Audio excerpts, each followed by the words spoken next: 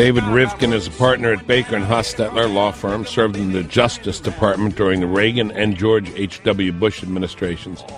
He represented the 26 states in their challenge to Obamacare before the trial and appellate courts. And we had him on last Tuesday to talk about what was going on, what to anticipate. Now we have him on Friday, now that the oral arguments are done. David, thanks for joining us. Pleasure to be with you. What do you think?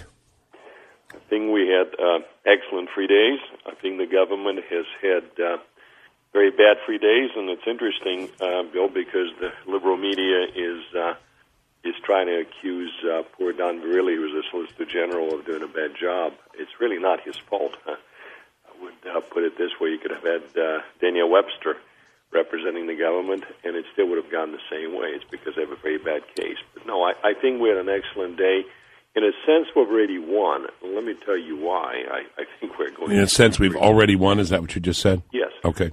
Because I think all of the justices, including all the liberal justices, have demonstrated how seriously they take the Constitution, how important is the structural separation of powers, how that trumps all other considerations, including certainly considerations of policy.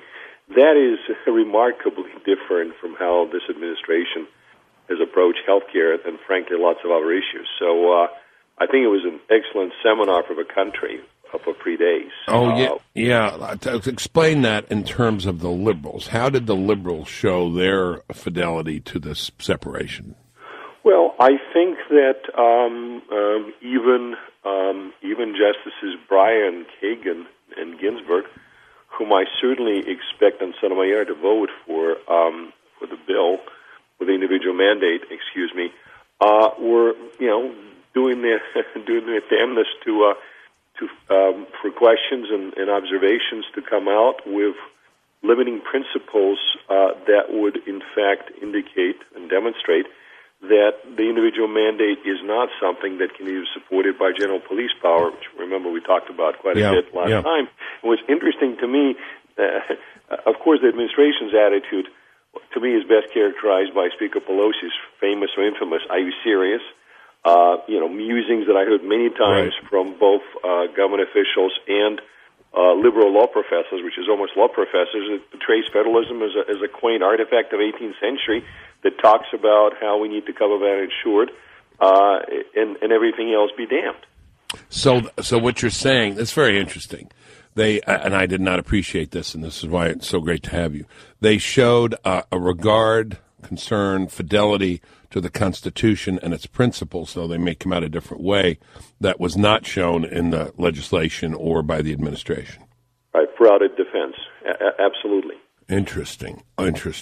How does it make any sense to say, was that fidelity such that you think any of them were or might be tempted to side with the majority striking this down? I would be bold and predict that we're going to win. But let me also say that one of the things that was evident to me, just looking at the demeanor of even more liberal justices, while, again, I would expect Justices Breyer and Kagan to vote for the individual mandate, and they were asking questions that were certainly meant to be helpful to a Solicitor General. I don't think they were happy. Now, that's my personal opinion. I don't think they were happy with what they had to do. Because they're serious students of the Constitution, and what they saw in front of them was a mess? It's a mess. And one of the reasons, for example, talking briefly about how things unfolded, the first day, of course, dealt with the Anti-Injunction Act, which was something that none of the justices was buying. But in the process of dealing with the Anti-Injunction Act, there's, of course, a fair discussion of a tax on spend power, which was sort of administration's made-up argument early on in litigation.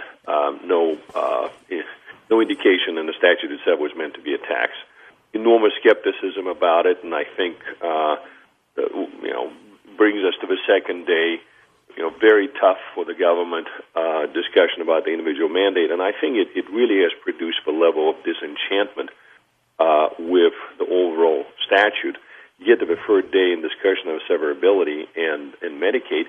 And quite frankly, I think that by that point in time, again, even the liberal justices were, would discuss it as pretty strong, but not very happy about the bill. So I think that we've done. I think we've done perfectly the second day, but I frankly think we've done better the third day than I expected because, again, the individual mandate is the strongest argument. I think we had good arguments in both severability and Medicaid, but the third day was so colored, in my view, by what has transpired before. It got bad for the government and got worse. That's what I'm trying to say. Yeah, no, you're saying it very well. Let me ask you, I want to pause on this because it's very interesting to me. True, false. Could you say then that you're encouraged because we have a Supreme Court, though divided, does seem to take its job seriously and take the Constitution seriously? I'm encouraged, and one thing I hope we'll not see, but Bill, I'm sure we will. I expect to see in the next several days lots of editorials in the liberal media portraying, the court in starkly partisan terms, and darkly predicting that you have four conservative justices and trying to put pressure on Justice Kennedy. That is so unfair, but it's also dangerous. And let's think about it for a second. There's an interesting juxtaposition for you. The left has slammed the Tea Party, among other things, in particular for trying to delegitimize the institutions of government. I don't think that's what the Tea Party has done. They've been critical of big, overarching government. Right. But by slamming the judiciary in such a partisan fashion, what you are doing is you are undermining, at least in the minds of some Americans, judiciary legitimacy. And since judiciary is not an elected institution, its legitimacy is always particularly tenuous. So, I wish everybody at the New York Times and other places who were slamming the Tea Party would try to discipline themselves a little bit. And maybe I'm wrong. Maybe they would not write this. But see how things unfold in the next few days, particularly this weekend. We're talking to David Rivkin, who's a partner at Baker and Hostetler, knows a ton about this. I'm fascinated with this. I want to stay with this. By the way, folks, we can keep David a while, generously giving him his time. So give us a call if you have a question. I see John on already. 866-680-6464, 866-680-6464. Was the infirmities or weaknesses in the legislation, could they have been remedied by more careful writing and legislation, the tax mandate question or the tax, whatever it is, alternative question? If they had taken more time, could they have done a better job, or was there something intrinsic that was not a matter of drafting or writing that the justices are saying? Absolutely could have written an entirely defensible bill. The way to do that would have been, in fact, raise taxes on everybody and then have a tax credit, just like a tax credit, for example, for mortgage deductions or buying an electric vehicle.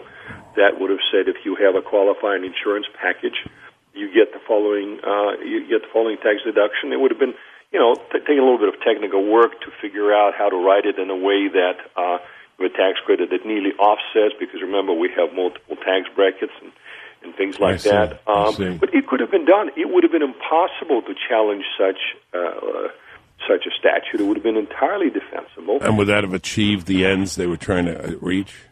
Yes, but it would have paid a huge political price. And this is so important.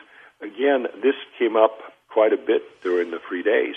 One of the arguments the government was making sort of voce and even at particular points in time in the argument is, look, this is such a big deal, this being national health care problems increasing rates, problems of access.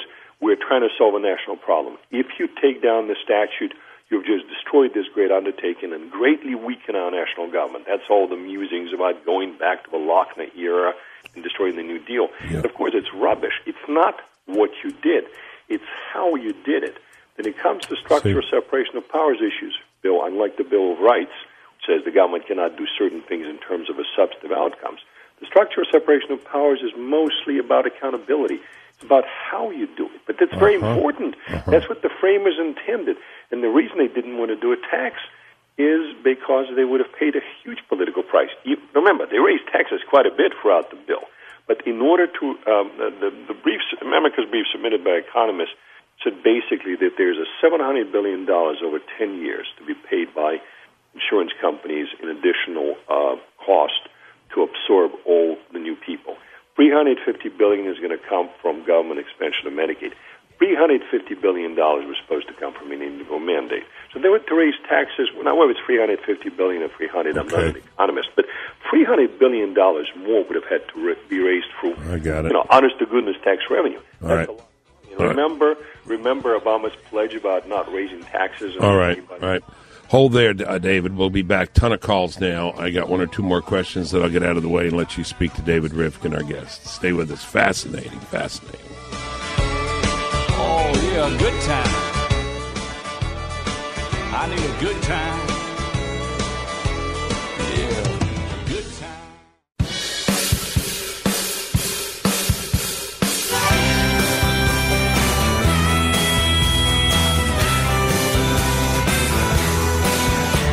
This is fascinating. At the top of the hour, by the way, we'll talk about the Trayvon Martin case with Heather McDonald. We're going to stay with the court, though. David Rivkin stays with us, partner at Baker Hostetler. David, maybe you can just wave your hands and give general absolution, as we say in the church, or a general reassurance. We have got a lot of nervous Nellies, intelligent nervous Nellies on the phone saying, can something still go wrong? First of all, we'll deal with these in sequence because they're serious questions. I don't mean to make fun of the audience. People are saying, well, wait a minute, is there still possibly a problem? You can't say for sure that the court's going to strike this down, right?